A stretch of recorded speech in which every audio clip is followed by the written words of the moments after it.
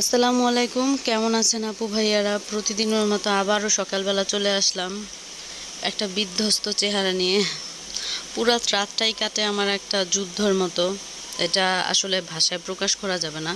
পরের দিন আমার এই বিধ্বস্ত চেহারা নিয়েই থাকতে হয়। আসলে আয়নায় যখন আমি আমি না, প্রত্যেকটা মেয়ে যখন নিজেরা দেখবে ফুরফুরা লাগতেছে, সতেজ লাগতেছে, খুবই প্রাউড ফিল করে। অনেকে প্রাউড ফিল করে, অনেকে সারা দিনটাই ভালো কাটে। আর আমার কি বলবো, আমার যে কি দিন যাইতেছে, আপনারা দোয়া করবেন আমার মানে যত সমস্যা আছে আল্লাহ যেন দূর করে দেয়। তো সকালবেলা রান্নার জন্য সব রেডি করলাম। বুটের ডাল দিয়ে মুরগির মাংস রান্না করব আজকে।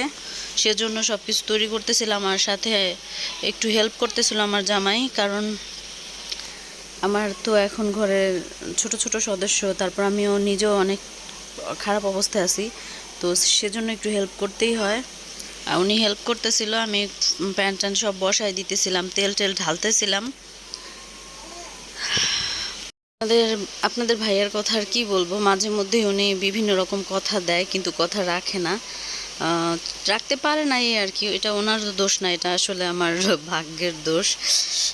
একরকম চিট করা আর কি। ওইটাও হয়তো আলাদা সংজ্ঞা থাকে, আমার কাছে একই মনে হয়। সবার কাছে একরকম নাও মনে হতে পারে। কিছু কিছু জিনিস আছে না, গোপন, যেটা বলা যায় না, সিক্রেট, তবে খারাপ না, এই আর কি। যাই হোক, গরম মশলা টশলা দিয়ে বসাইতেছিলাম। আপনারা তো জানেনই কিভাবে মাংস বসাইতে হয়। তো সেই অনুযায়ী আমি বসাইতেছিলাম, তেজপাতা, গরম মশলা, পেঁয়াজ এগুলি দিয়ে কষাইতেছিলাম। তারপর হলুদ, লবণ, আদা, রসুন এগুলি দিয়ে মিক্স করে, দেখেন বাচ্চারে কোলে নিয়ে বসছিলাম ভয়েস দিব দাঁড়ায় দাঁড়ায় আর কি। সে আমার প্রস্তাব কইরাই এফোর ওফোর করে একদম দিছে, গা ভিজা গেছে পুরা। আর প্যাম্পাস আসলে সারাদিন তো আর পরানো যায় না, একটা সময় একটু খুলে রাখতে হয়। আমি ওর কমই পড়াই, রাতেবেলা পড়াই। আর এমনি ফ্রি রাখি, কারণ ও ছোট মানুষ,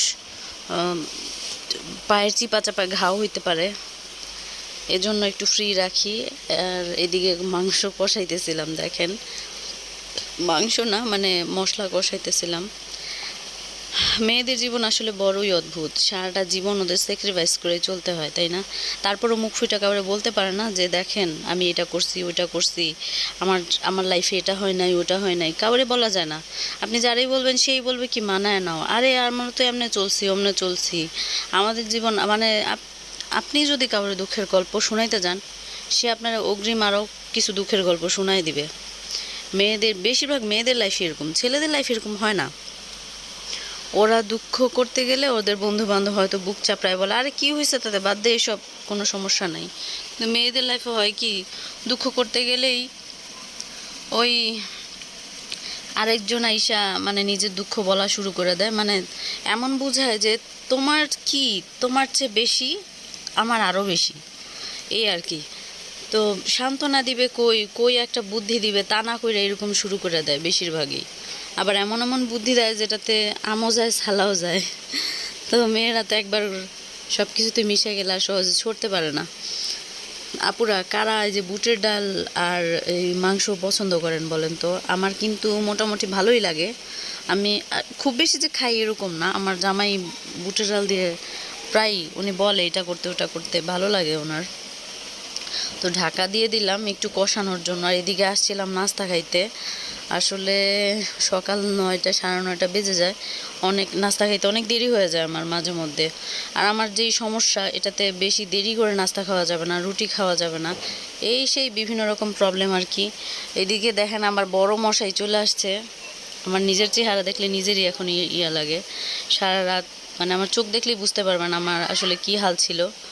কি করব আর, আপনারা যারা আছেন আমাকে শত্রু ভাববেন না, শত্রু কেন ভাববেন আর কি, আমাকে ফেলে দিয়েন না। আমার আমার ভিডিওটা একটু দেখেন আর আমার জন্য একটু দোয়া করেন। আমি যেটা চাচ্ছি সেটা সৎভাবেই চাচ্ছি, সে আমার সে চাওয়াটা যেন আল্লাহ পূরণ করে। দেখেন, ভাই বোনের অটুট বন্ধন, তাই না?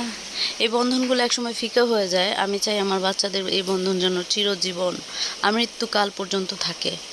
ভাই বোনের মায়া স্নেহ যেন সারা জীবন থাকে। আমার ওষুধের কাণ্ড কারখানা দেখছেন, আরও আছে, আমি ওইটা তো সরাই রাখছি।